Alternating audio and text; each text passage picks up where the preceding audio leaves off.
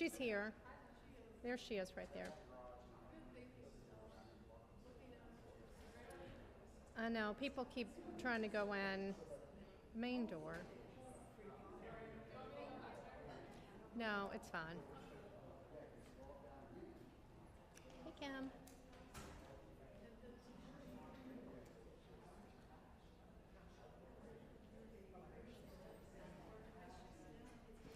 I know it is lunch hour, so please grab a snack or water if you are feeling peckish.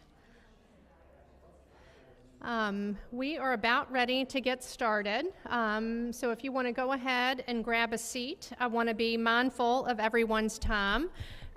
Thank you all for being here.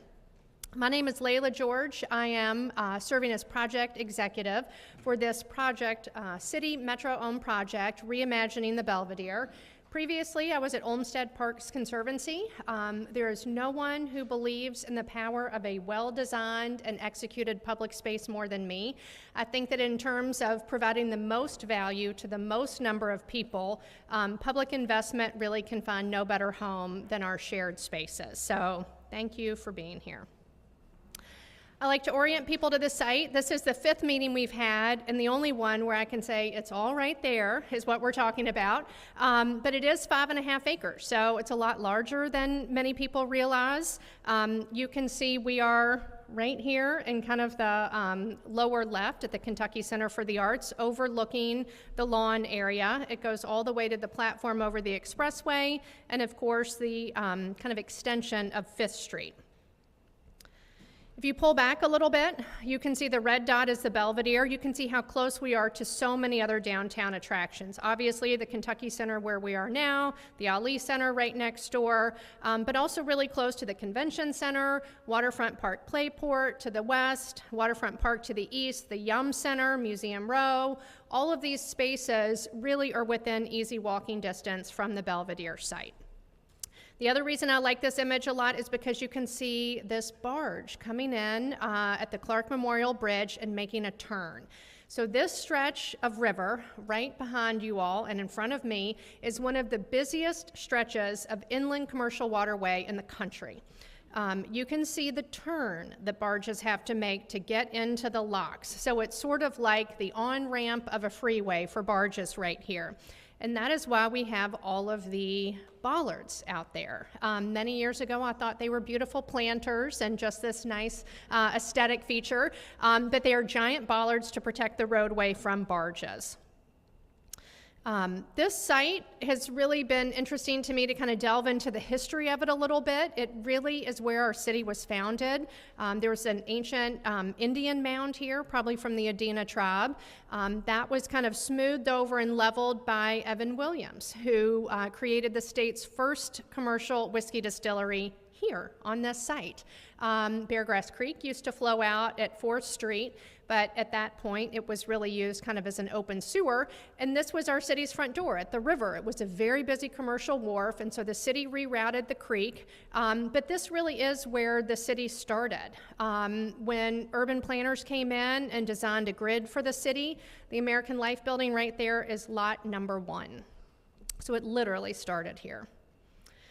There has always been a desire to do some sort of nice civic space here on the riverfront. This was a plan done in 1931 by Harlan Bartholomew and Associates. He invented the field of urban planning. He's out of St. Louis. He doesn't have a great history for anyone who studies kind of urban and structural racism, but he did do a lot of urban plans for cities, including this design, which never happened. It was 1931. Of course, the flood came just a few years later. But the city never let go of this idea to do something wonderful here. It seemed like a perfect opportunity. In kind of the late 60s, Norman Berry developed a ambitious plan. You can see how ambitious with this rendering behind me, with a movie theater and mall and things like that. And this was really going to be funded by Reynolds Metals. Well, in 1967, I think, Reynolds Metals moved back to Virginia, took all their money with them, and the city was left kind of in a quandary. So Mayor Frank Burke at the time tasked his friend Archibald Cochran to figure it out and make it happen and get something done. So urban renewal was a thing. It had happened, and they had really demolished from about 2nd Street to, I think, 6th Street, and kind of cleared the way for new development. One of my first meetings was with Lee Cochran, who's here, so she can fact check anything I get wrong about these stories. But just hearing about his involvement, he had no personal interest, no financial interest with adjoining properties or things like that. But Mr. Cochran really thought that Louisville was missing a huge opportunity because there was not a connection to the river at that point. He had been to Paris and other cities and seen the way that cities really embrace their riverfronts, and he wanted Louisville to do the same. So in addition to really spearheading and managing this project, he also was one of the founders of Riverfields. So he pulled a team together. Larry Melillo was the architect on that, and he was really one of the primary figures in that project, as well as Doxiadis, who was a famous Greek designer. He is given a little bit of credit for helping sway Mies van der Rohe to come to town and design the American Life building, because they were contemporaries.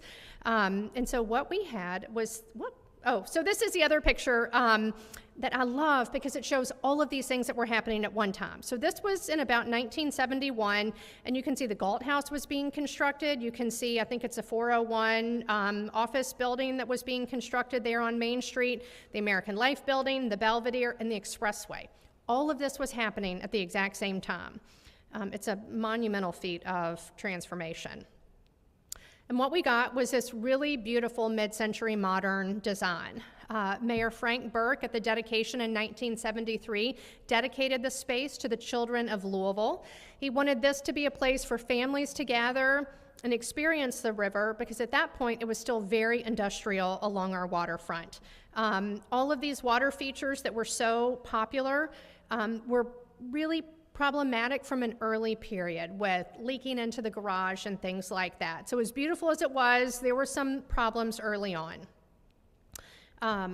It was transformed into ice skating in the winter, which is something that I still hear quite a bit about, a lot of fond memories from that period.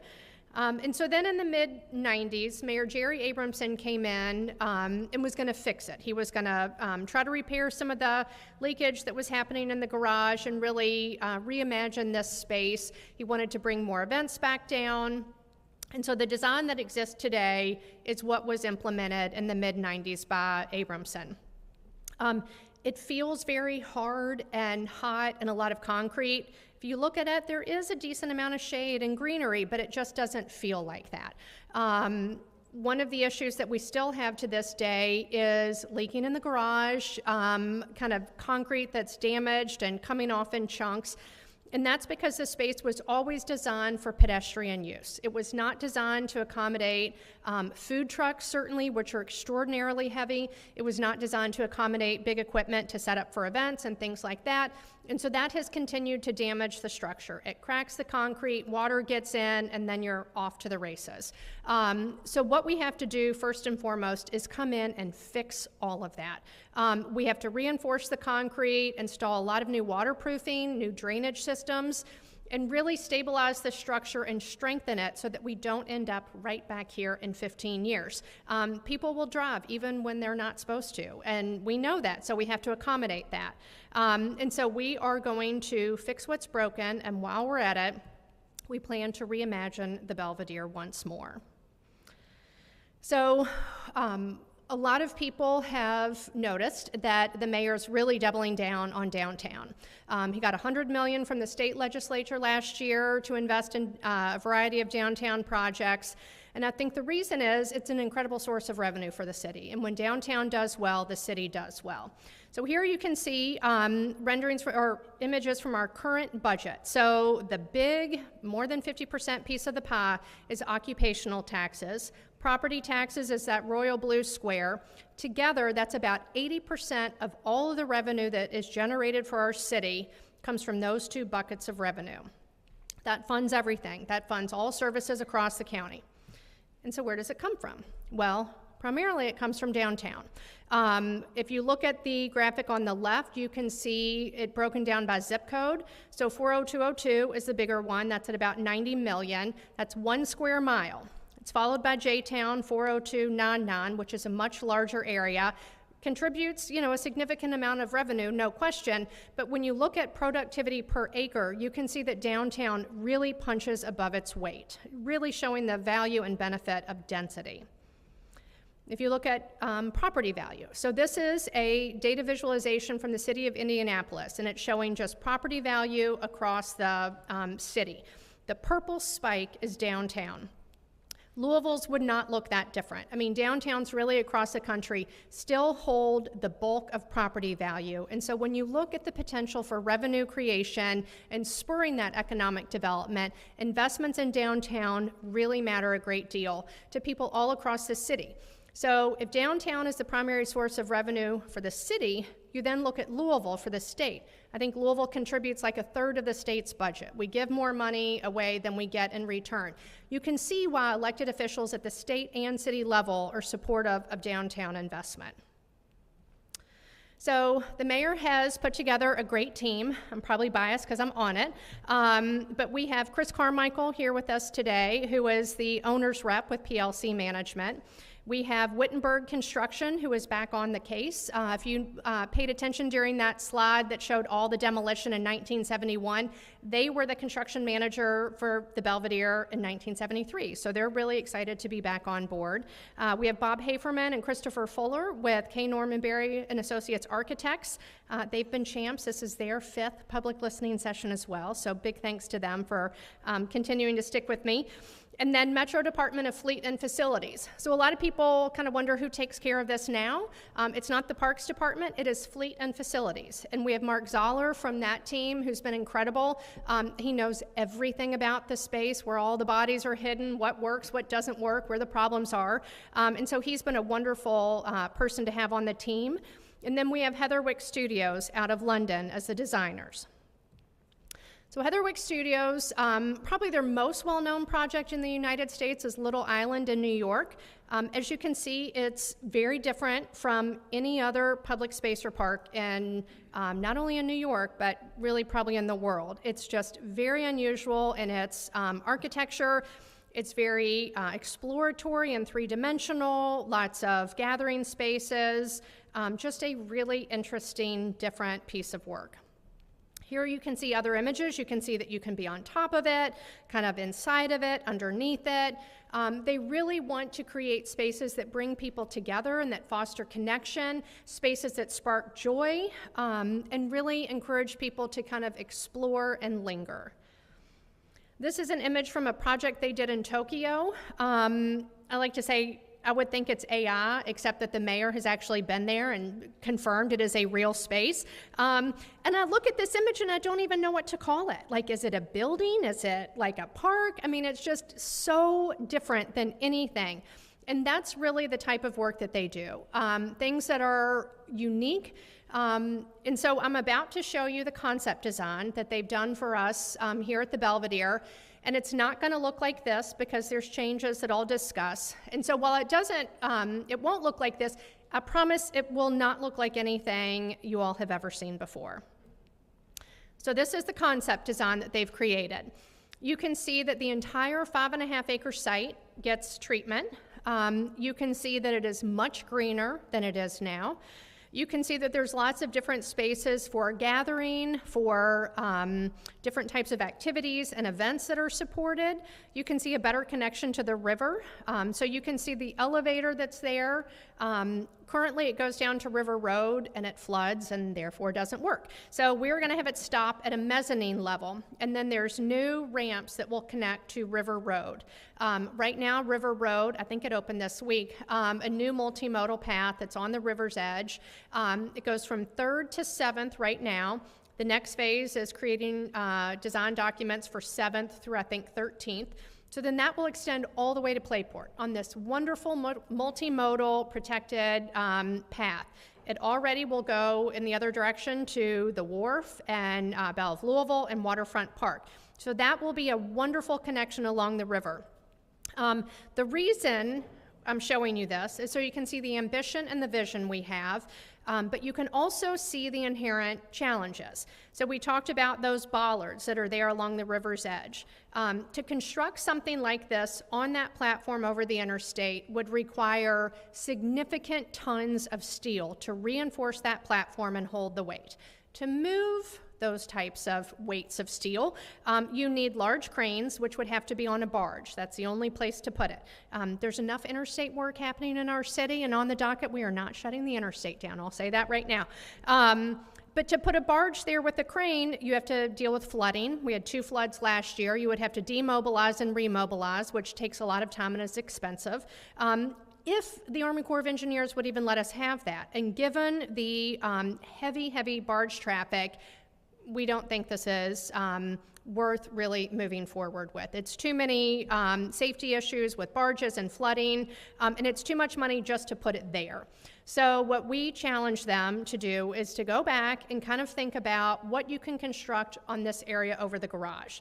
So this 4-acre site, kind of the main section that you see, is all over about a 2,000 car parking garage. So again, reinforcing that and then come back and do something wonderful here. The deck over the interstate will still get some treatment. I mean, it's concrete right now. It'll be much greener. It'll have shade. It'll be a wonderful space and connected to the rest of it, but we're not going to put something that requires 40 tons of steel out on it. So that's the concept design. And you can see that took a long time to get there. You do a lot of engineering reports, you go through the history, come up with kind of different iterations, land on the vision. Now we are moving into schematic design. So this is really where we can solicit and accept and use public input and feedback. This is where we can really influence that design. We then move into design development phase early next year, which is a more refined, detailed look at that schematic design. And then about 9 months to get construction documents done. During that period, we will begin construction. So you can see that we start construction next fall. That will start with the garage. The scope of work is already known. We know it's broken. We know what we have to do to fix it. So a lot of that will be underneath. You may not see it. The garage will close at some point to get that work done. And then spring of 27 is when we'll be up top, really starting to turn dirt up here, and then an opening 3 years later in 2030. That's 5 years away. A lot of things can go wrong, a lot of things could go right, but we feel comfortable with that timeline right now. So I've been doing a lot of research, meeting a lot of people. I did a big road trip this summer through 4 states, 9 cities, and about the hottest part of the time of the year and the hottest part of the country. So it was hot, but it was an incredible learning experience. I met with about a dozen people and talked to people who work for city government, who work for foundations that had funded some of these projects, with people who were leading the nonprofits managing the spaces, really to find out what were the amenities that were most popular, what types of events and programming were most successful, how did they pay for the project, how did they pay for ongoing maintenance, and who took care of it, who had the ultimate responsibility. And so some of the various components that were in the most successful places I visited, public art was a big part of it. That's something that has a nice connection to Louisville. We pride ourselves on our incredible arts community here. So having spaces for public art as well as performing art. Again, we have a very rich culture here of incredible organizations doing great work, and we want to have a space to showcase that work. So having a stage big enough to accommodate the orchestra, which also means a stage big enough to hold 250 kids when they burst out of these doors after seeing the Nutcracker and need a place to have lunch, right? So spaces that are flexible and usable for a variety of purposes. Water. Water has been an important part of the Belvedere since it first opened in 1973. We think it's a wonderful way for people to cool off, to encourage them to linger, and nice visuals and sound effects as well. Shade, we heard loud and clear it's hot. There's not enough shade up here. I mean, that is very clear. I like these images. Trees are my favorite source of shade, obviously, but I like these images because you can see that you can have a wonderful shade canopy, but also have very clear sight lines. You can see through all of this, which encourages that feeling of personal safety. Play is something that it's not been at the Belvedere before in a traditional sense, but we do want it to be very family friendly and offer people more reasons to come and more reasons to stay. Food and beverage, I think this is an important source of earned revenue as well as an important amenity to add, and again, a service to provide to people. I think food trucks and carts are probably the most likely outcome in that way. Louisville's got great weather a lot of the time. We have terrible weather some of the time. So I think if it's a nice week, you have more food trucks. If it's a gray Monday in January, maybe you have less. So, I mean, it gives you a lot of flexibility with that. There were not many successful restaurants in the spaces I saw. That was something that we had talked about early on. Wouldn't it be great to have a restaurant overlooking the river? We don't have enough of spaces like that. But there's just very thin margins for restaurants. So I think that's a much tougher nut to crack. Native landscaping. Almost all the places that I went have really gotten away from very formal traditional landscaping and moving towards more native plants, pollinator meadows, rain gardens, things that increase biodiversity, mitigate stormwater runoff, and also are easier to maintain. Programming, I think this is huge. Whether it's, a movie screen to show family movie nights or sports events, World Cup, Derby, basketball tournaments, or little free libraries. A couple places also had these great kiosk kind of welcome centers where you could check out games or rackets or balls, and also just kind of welcome people to the space, point them in, the right direction based on where they're interested in traveling. And then the other way we're getting a lot of input is through a survey. This opened in February. It's going to stay open. This first slide really is just kind of getting a sense of, is this something the public thinks is needed? Do you think the Belvedere needs to be renovated? Would you come more if it were renovated? Do you think other people would come more? And the answer is overwhelmingly yes. So then we looked at what kinds of things do people want to do here, what kind of events. The image on the left I like. You probably can't read all of the things, but it shows the variety of activities and amenities that people are interested in, which is great because I think the more we can offer, the more we can pull from all parts of our community. The top ones right now are outdoor performance space and gathering space, improved and enhanced green space, and then the connection to the Ohio River is an important one. If you look at what type of events, in the beginning, this has shifted a little bit, because in the beginning, people were just like thinking of festivals at like World Fest or Thunder, because that's really what has been here. There hasn't been a lot of other types of activities. So now we're seeing like fitness events, farmers markets, different things like that, children's activities, pregame activities for the Yum Center and Kentucky Center for Performing Arts, as well as cultural celebrations. So that is also something that's been here since really the very beginning. We had Heritage Weekends in the 70s and 80s. We have World Fest now. So ensuring that we continue to recognize and celebrate people from all parts of our community.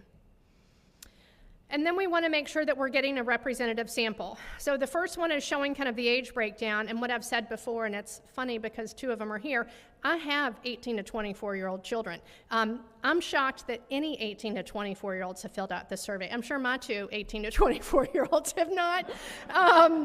So I think that's surprising in a really nice way. Obviously, we would like to continue to get representative samples. We're pretty good on gender, race. We would love to see more people of color. And I haven't updated this slide. We've now gotten like almost 450. So last week, I get this updated once a week from the city. Last week, we had like 140 people fill the survey out, which was wonderful. So I hope we continue to get more. But I like the top one because it shows how people are getting here. We know that most people are driving here, parking in the garage. I want the garage to be the nicest garage in town. I think it's a low barrier to entry. There's a lot of people who don't come downtown. The one-way streets confuse them. They don't know where to park. They think it's dangerous. But they still come to Broadway here. They still go to U of L basketball games at the Yum Center, and all that stuff is kind of centered here. So if we can get people to see it's easy and wonderful to come down, park here, Come up, get something to eat or drink, go do what you're going to do downtown, rent a bike, check out, the museums on West Main, the distilleries, but have this be the gateway to downtown. I think it would be fantastic. We also know a lot of people walk. There's a lot of people who work downtown who are walking to the site, and we want to make it more bicycle friendly. Personally, I would love to be able to ride my bike more places and not be dependent on a car all the time. So I'm really hopeful for this River Road multimodal path being a great way for people to get downtown and then come through the Belvedere to get where you're going. And so through all of this research, I've put together a park program. And the purpose of these meetings and the survey is to validate these assumptions. So none of this is revolutionary, none of it's groundbreaking, none of it's, crazy, but it is stuff that I've seen work in other cities. That said, I want to be sure it works in this city, and all cities and spaces are unique. So these are the things that I've identified as great features to have here at the Belvedere. It should be deeply rooted in Kentucky. It should reflect the best of what our city and state have to offer. I want people who come here from Owensboro to see something reflective of their community on site so that they feel welcome and feel like this space is for them too. And again, I think that the potential for this is incredible. I've seen beautiful public spaces in other cities that were totally empty, and that's not what we want. We want this place full with people all the time, all days of the week. And in order to do that, we have to ask those people, all of you, what you want to see and do here. Because if you're not invested in this space and if we're not offering what this community wants, then it's not going to be successful. I think if we get these 4 things right, it will be a success. I think connectivity, not just spaces for us to connect with each other, but also connecting to the surrounding downtown assets. Activity, high variety and frequency. Sustainability, both ecologically, like I've talked about, but also financially. We cannot build something that we cannot afford to take care of, and I'm just dead set on that. We have an economic analyst who has just been hired to do a study. How much is it going to cost to maintain it? How much do we think we can raise on an annual basis, and then make sure the design reflects that? So Little Island in New York is incredible. It is so beautiful, and the second I set foot there, I thought we cannot have this. They have a full-time staff of 50 people and one person who writes a $12 million check every year to pay for it all. And as much as I wish we had somebody who would do that, I don't think it's in the cards for us. So I think we have to be realistic and design a space that we can really take care of and make sure it's beautiful all year long for many, many years to come. And it should be welcoming. People should feel safe here. There should be good signage and wayfinding. It should be inclusive, and it should be accessible. So people should be able to move around the entire space without any difficulty. So those are the things that I'm really focused on, and I would love to answer questions, get comments. This QR code takes you to the city's website where that survey is. Please share it, take the survey. I see my 18 to 24-year-olds doing it now. And so we have note cards. You can certainly ask a question. I'm happy to answer it, but I do want you to write it on a note card because we're capturing all of that from all of these meetings. We're going to document all the questions, write all the answers, and post it on the website. So we just want to share with kind of the broadest audience that we can. So questions and comments? Yes? You guys are really on the right track. Has there been conversation about how it can be complementary to Waterfront Park? Because all this stuff's great, but we just got to make sure that we don't siphon anything off of Waterfront Park. So hopefully that the amenities, the potential use would be complementary and not take away, because they need to be programmed in the new extension over here needs to be programmed. Yes. So we have talked to them a great deal. This is right between both of their spaces, which is great. So if you're traveling from one to the other, this is a nice spot to stop and get ice cream or take a picture or whatever you want to do. Or park here and then easily go to either one of those spaces. So I think Waterfront Park both of them are different in that they are at water level, which is great. I mean, some people really want to have that like immediate direct connection to the river. This is nice because it's a vantage point. It's a different kind of experience with the river that you don't get at waterfront parks, especially during flooding events. This is really accessible from downtown, whereas those are less so. So it would be great if people from downtown could kind of come here and go in those directions. They've got an incredible playground at, Playport. This is not going to be, that's like a 3-acre playground. This is not going to be a playground of that scale. So we have talked to him. We talk to him frequently. They have the capacity for large events. This will never have the capacity for large events. So kind of complementary size spaces, I think, is important. There's also a lot of organizations going through change. So the Muhammad Ali Center is going through, they're doing a strategic plan about what the next 20 years look like. Kentucky Center for the Arts is doing some strategic planning. The Yum Center is doing strategic planning. So we are talking to all these different groups. How can we complement what you're doing? How can we connect to what you're doing? How can we showcase that? We've talked to KMAC about public art. Can you help us program, like with the public art program, where I'm not a public art expert. I can't imagine the leadership of the new organization will be. So how can we rely on our partners? Have something from KMAC, and if you like this, go check it out on West Main. Have Burnham help with the nature play. If you like this, go out to Claremont and check out, the great things Burnham has. So we really do want to showcase all the other great organizations that we have in town. Thank you. Yes?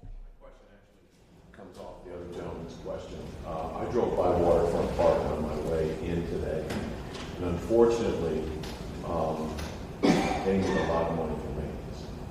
And it shows, and if I were taking someone from out of town down, I would not take someone from out of town to Waterfront Park right now. It's embarrassing. Yeah. And my question is, does this whole project, even though I know WFD is a separate organization, is there a way that this project can somehow spin money to them to get the whole thing kind of cleaned up? Because they need hundreds of thousands of dollars for maintenance over there. And then, it really looks and smells bad. So I think their playground area is in need of an upgrade for sure. Yeah, so they do have a plan, and we've met with their landscape architects. So they have plans to move the Belle of Louisville a little further east into Waterfront Park so that it's a better kind of onboarding, offboarding experience. Maybe redo the water feature that's kind of around like the Witherspoon area. So they do have plans. They know that has never really worked the way that they envisioned. So they have plans to redo that. And we're working with them so that it's a nice connection and it all makes sense and is seamless. I would say that I think the money this project spends off will stay on site and pay for this site to be kept in really good condition. Operating expenses is really a hard nut to crack. It's always hard to kind of figure that out for everybody. And there's never enough money to go around. The city never has enough money, not just Louisville, but every single city across the country. So there will be a new nonprofit created to manage and oversee this space. It's a fact of life in the world we live in. All of them require private support. So this entity will spin off money from hopefully food trucks and events and get some earned revenue, maybe other opportunities to get earned revenue from parking, some city funding. It is a city project, corporate support, and then I want to raise money for an endowment to help support maintenance and programming. Because I think when money gets tight, programming is the very first thing you're going to cut. But I think it's critical to the success of the site. So the answer basically is no. Yeah. That's unfortunate because what you'll have there then, if they don't get it together, is we'll have lots of people over on Belvedere. Yeah. But no one will want to go to Waterfront Park because of the. Well, they still have such incredible events over there. They're the past. Maybe not last weekend, but the 2 weekends before, they had an art festival there. They had a flea market. It was packed. Jam-packed. Waterfront Wednesday is huge. So I think they still draw tons of people down there for events and different things. They do have plans to redo that playground and kind of, it's 25 years old for some of that, and so it's ready for kind of a refresh. Yeah. Yeah, and that's the part I think that they're really going to rework with kind of the wharf plan. So, yeah, yep. Yes. I didn't see interpretation or education included in the programming, Yeah. which I think there's a huge need and demand for both of those things, especially with regard to the river. Yeah. And I think there are a lot of different ways that that could be modeled. Like, we don't need the $12 million donor. Right, to make right. that happen. Is there a plan to include those? So there's sort of a plan to include all of it because I think there's so many good ideas and I think so much of it can be incorporated. So there was a sign that I saw at Little Island that I loved. It was on kind of a fence railing and you could see through it, and it had all the different aquatic animals that lived in the harbor, and so you could kind of visualize what's there. So I think you can do a lot with signage. I think there's going to be certainly some historical interpretation that we can incorporate there, some environmental education, but it may even again be check out Falls of the Ohio. They have incredible educational components over there. The Portland Museum has plans to do a unbelievable, spectacular children's space. So can they help kind of give us a couple things and then again encourage people to go visit those other sites? I really don't want to compete with any organizations, and there are a lot of good organizations doing environmental education. So again, we don't want to duplicate anything, but really just kind of raise other boats. Yeah. Yes. I don't know. I mean, again, people are like, what's the new schematic design? I'm like, I have no idea, because we haven't really seen it yet. So I don't know that there will be classroom space. And again, they have classroom space at the Ali Center. They have space here. I mean, some of it, it doesn't all have to be on the Belvedere. We've got great neighbors and who may have space. I mean, this room could be great. Yeah. Yes. Visited similar to this area? Were they downtown? And Yeah. if so, can you speak to how they were utilized during the day? Yep. And again, I'm going to remind everybody who's asked a question, please write it on a note card and leave it with me because I want to capture all of this. These are great questions. So I've been to 50 different spaces over the past, 5 months. The two most successful were in downtown. So one was Clyde-Warren Park in Dallas. It was 5.5 acres over an interstate, which was kind of the impetus for that big road trip because I really wanted to see that. And another one was Discovery Green in Houston, and that was downtown. It was about 11 acres, so it was bigger than this site. But both of those were downtown in the middle of the street grid system, businesses all around them. And what they did was really focused on programming kind of outside that 9 to 5, Monday through Friday in a way. I think they figured if you get the evenings and weekends, the other stuff is going to fill in naturally. So they did have like Toddler Tuesdays, things like that they would do during the day. Tons of food trucks. Clyde-Warren Park makes $1 million a year off food truck revenue, which is insane to me. So they have all those people are going there to eat lunch every day.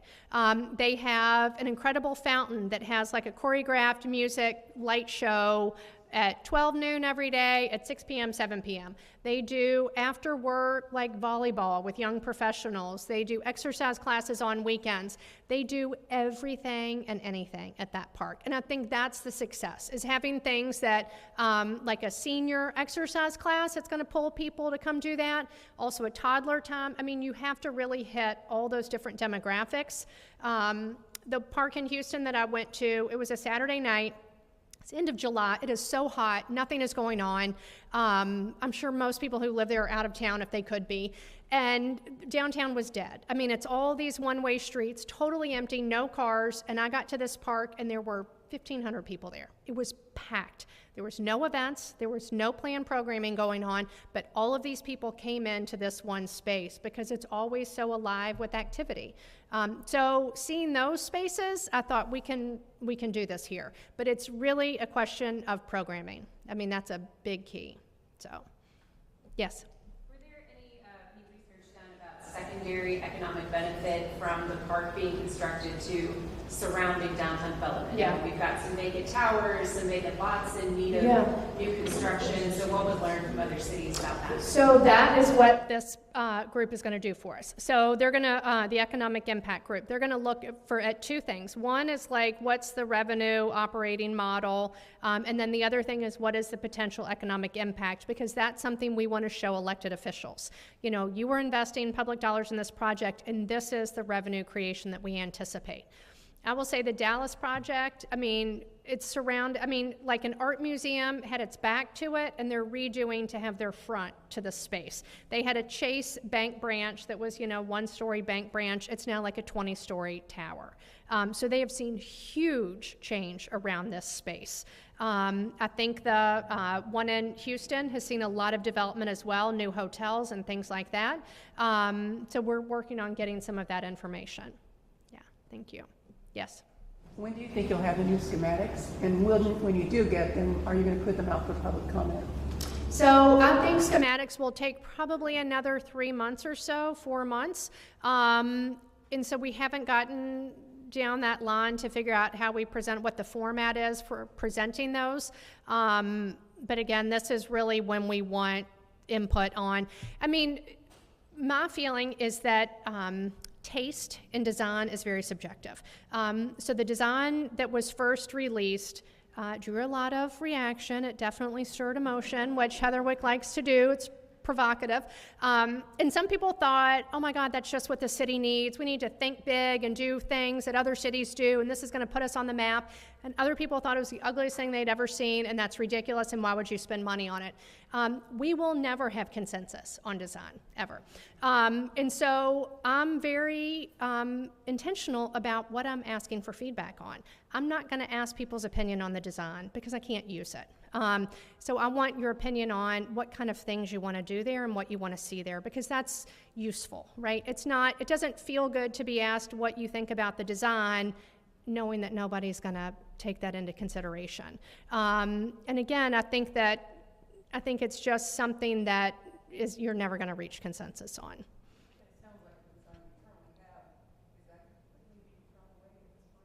I would say pretty much. I mean, like, the vision is there, right? How people move through the space, what kinds of things, that's all there. But like, the big thing on the platform was responding to that site. So the edges were raised to block that highway noise. That's why it had that design. And so it didn't make sense, we'll just take that and put it over here.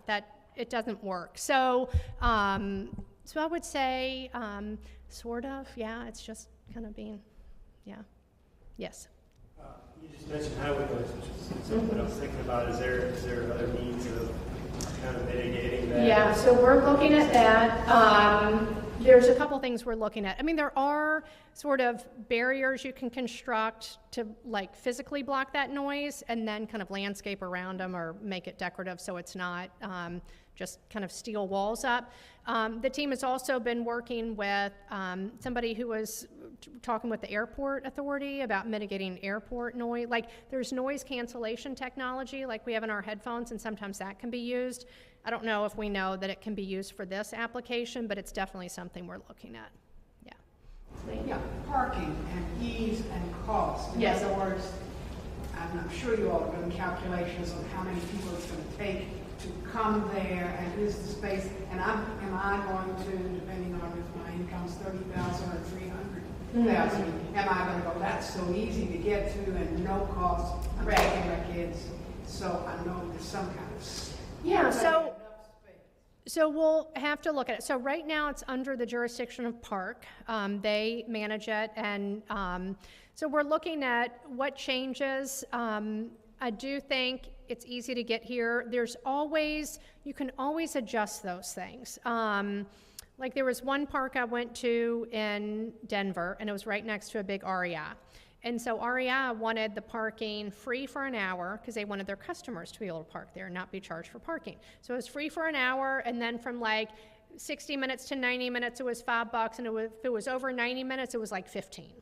So it kind of incentivized people who wanted short visits to stay there. I don't know how we would do it. I mean, because you also don't want downtown office workers parking there because it's free, or people who were coming to a show parking there for free, and then you're not really having capacity for people who maybe don't have means.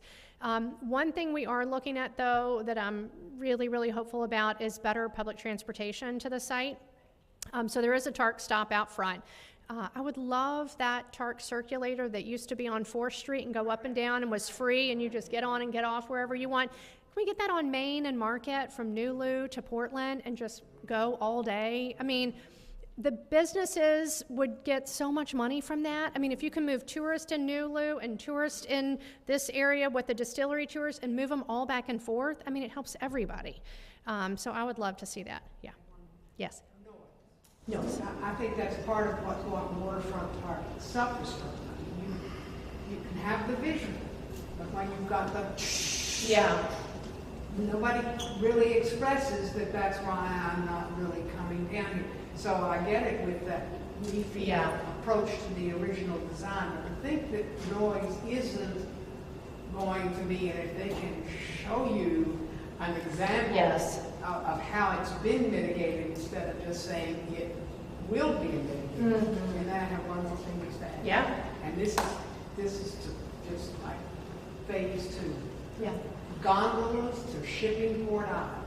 Now I have to tell you, the first plane, the Doxiada's plane, she knows that.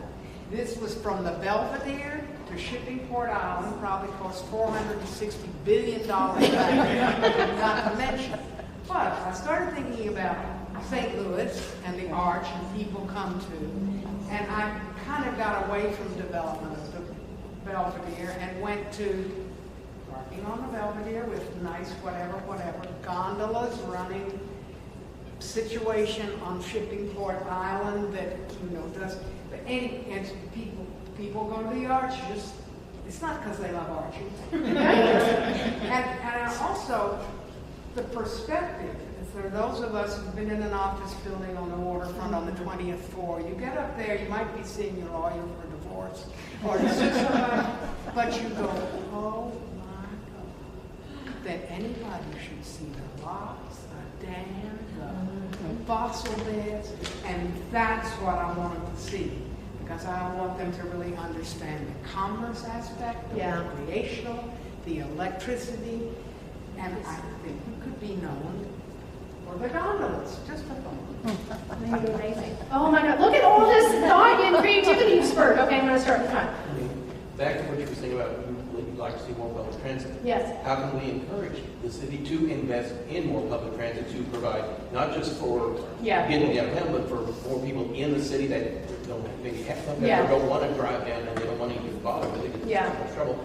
Get more public transit so we can get them down there. And tourists. I've heard a lot of tourists say that other cities, they can just get on public transit from like the airport and go all over and visit all the amenities, all the attractions. And we need to be able to do that same thing. So how do we get the city to encourage more public transit to help support this? So I don't know the answer to the bigger question. So the bigger question is really like, how do we create like a real great public transit system, not just for Main and Market, but kind of broader?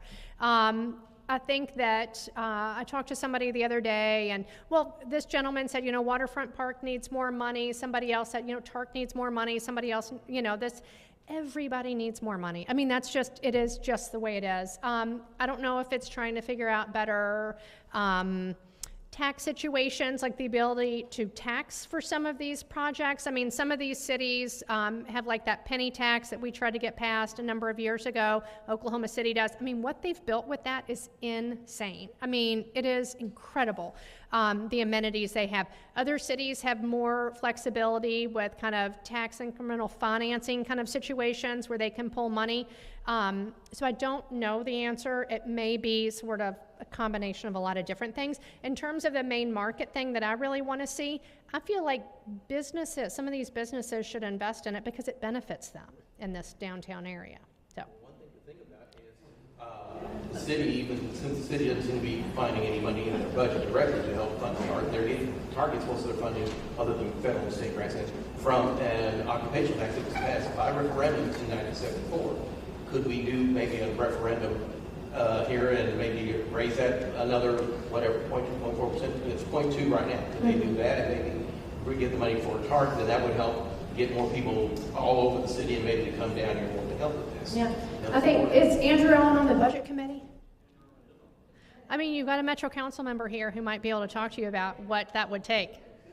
Sorry to throw you under the literal TARC bus, but Ken, yes. Okay, 8664. So nobody mentioned that in any of the other public listening sessions. I was waiting for that. They did, in the early ones I was in, they did bring it. And yes, and then January, so the most recent one. So 8664. I was on that committee 20 years ago. We needed an Easton Bridge to make it work. We have one now. The vast majority of that traffic does not stop here. It can be easily rerouted. Put the roadway down like Lakeshore Drive. The noise is gone. The visual is gone. I'm still in, so you know. So I will say that removing the interstate solves a lot of our problems and only benefits the Belvedere. I mean, it just makes for a nicer experience. Yes?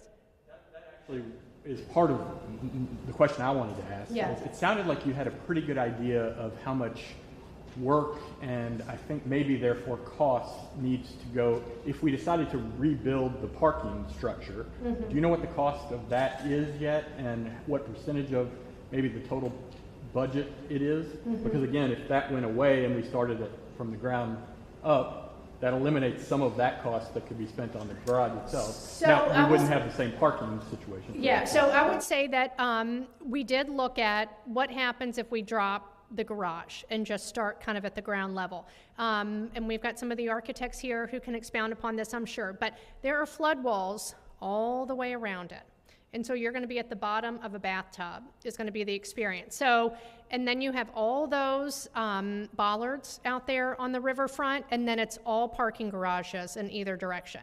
So my feeling, it would be great to get rid of the expressway. This will never be waterfront park in any way, shape, or form. It's never going to be that experience just because it's not as much space to the river, it's not as much depth, and there's flood walls all around it and parking garages in either direction. So I think it would be an amazing linear space. Like if you got rid of the expressway and River Road was there and you had that multimodal path, it would be incredible. It's just not going to be, it's not going to be the Great Lawn in any way, shape, or form. And I think that there's a value, I mean, to what Lee said, and being at this elevated space and having the vista and seeing the Falls of the Ohio and being kind of at downtown level. I mean, one of the issues with Waterfront Park is it doesn't feel super accessible from downtown. Really, the river isn't either because it's down. So I think being able to come out and then see it and go down on those ramps would be nice. And if you pulled out the cap over the interstate is like a table and the interstate's running between it, you can just pull it straight out. It has no impact on what we do up here. So, yes. Yeah. 20 years ago, 8664 used Milwaukee as the example of a city who had just taken down their interstate. The glide trip this year in 30 days is in Milwaukee. So for those of you going, we can take a look at what it is versus what it used to look like. Thank you. Yes. So you had mentioned earlier about people not really wanting to come down to downtown as much due to fears of safety concerns and things like that. So what is the plan to help people feel safer and more secure in this space when they come? So I think there's a few things that you can do with design and some that you can do with programming. So I think that the more people who are here, the safer you're going to feel generally.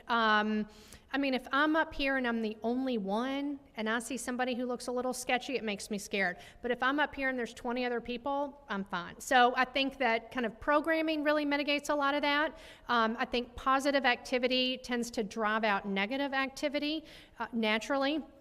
I think design-wise, you can do some things to really work on that. Thank you. Whether it's, like I said, the tree canopy where you can see through it and you have those sight lines all the way through, lighting.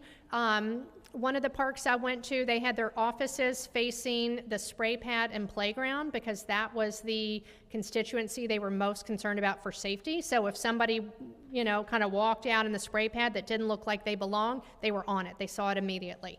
The other thing they did is their kind of maintenance crew, their space where they have all their equipment was right next to the bathroom. So bathrooms are also a natural space where people tend to do things they're not supposed to do. So they had a lot of staff in and out by the bathroom. So those are a couple design things.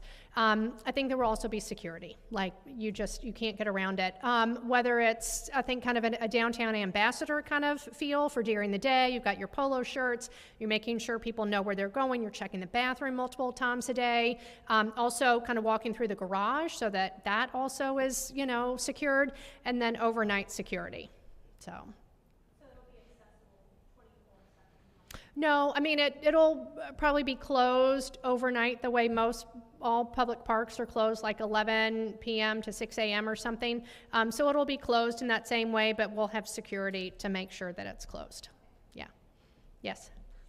With a redo of the garage, is integrated secure bicycle parking being included? I think that would be great. I would love to have bicycle parking. I'm getting a new e-bike for my birthday, so you can bet I want it. And I want bike rentals. I think that would be awesome to have bike rentals for all the tourists who don't want to ride those scooters, but want to be able to move around. I think bikes would be great, especially with, again, that multimodal path. I know I'm putting a lot on that, but if you could rent a bike and cruise all up and down the Ohio River and get on the Louisville Loop, I mean, that would be so cool.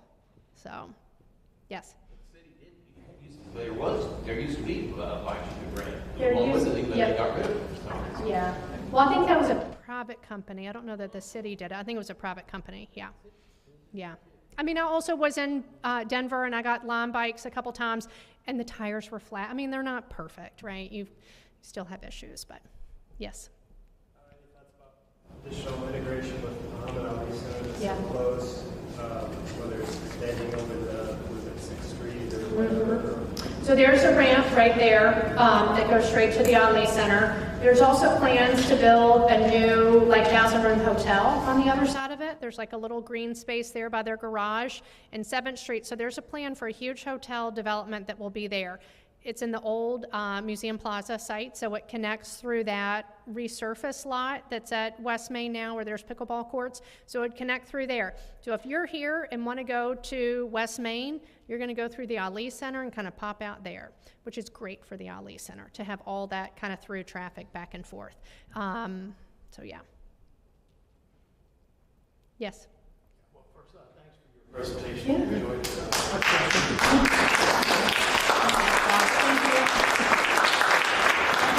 Belvedere Studios, specifically how well they know Louisville. So I believe when Mayor Greenberg chose them, he made some statement that he wanted some wow factor, something of global renown, which I think is great. But when I saw that initial design, it really did seem like the Ferrari design in Ford Town. I personally like it. But then I see some of these comps here, so I think I saw the Azabula Hills development in Tokyo, which is actually part of a multi-billion-dollar district being financed by Mori Construction, literally one of the wealthiest urban developers in the world. I saw the little island, which is adjacent to the meatpacking district in New York, so there's constant traffic there. Yes. I find that this space in Louisville itself, downtown, is a very unique situation here. There's not a lot of foot traffic, there's not a lot of residential. So how is Heather Wake Studios gathering enough local knowledge to make sure they're building something that fits here, not something that just replicates what they've done in these large urban areas? So there's a few things I want to touch on. One is this is not New York. We will never have tourists like New York does.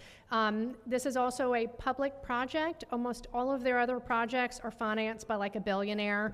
And so this is very different. So I told them I was doing these listening sessions, and they're like, well, maybe we should wait till we have a new design. And I'm like, no, I'm doing it now so that we can, get input on all of that. So it's different for them to have a project like this. I would say that's my job, to make sure that it does feel like Louisville and Kentucky and local.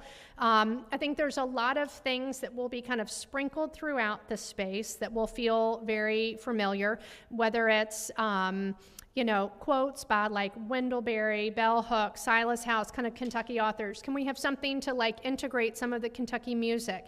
You know, whether it's bluegrass or some of the Jack Harlow, My Morning Jacket, or any of the country music on that country music highway.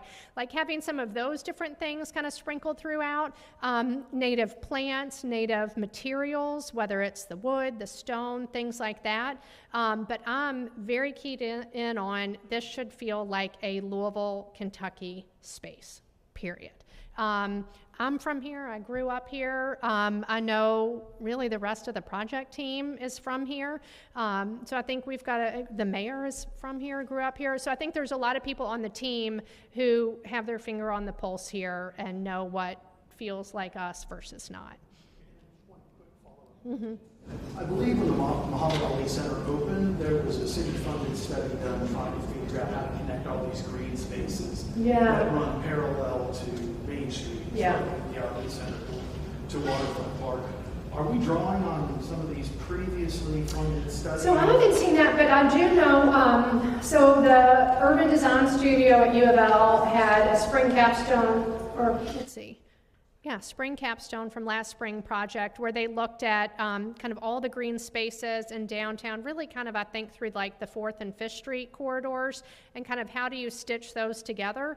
Other cities have done this as well. How do you make the quilt of parks and connect all these little green public spaces together? So we do have some sense of that. I mean, really a lot of it is me and the project team knowing about other things happening and making sure we connect to those other corridors and spaces. And again, I've been meeting with tons of people. I've met with the executive committee for Kentucky Center for the Arts.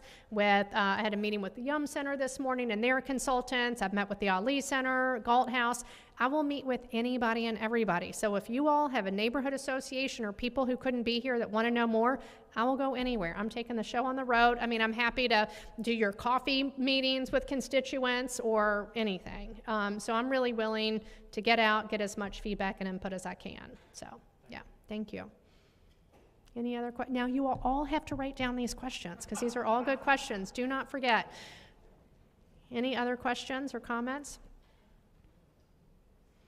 Okay, thank you all very much.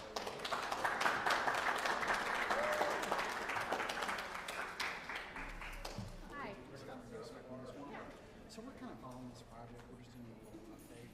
I was sitting through this. Yeah. I was thinking maybe a comment about what can be now from the public. Would that make sense? Yeah. Because it's going to be a short, or whatever you feel like's more.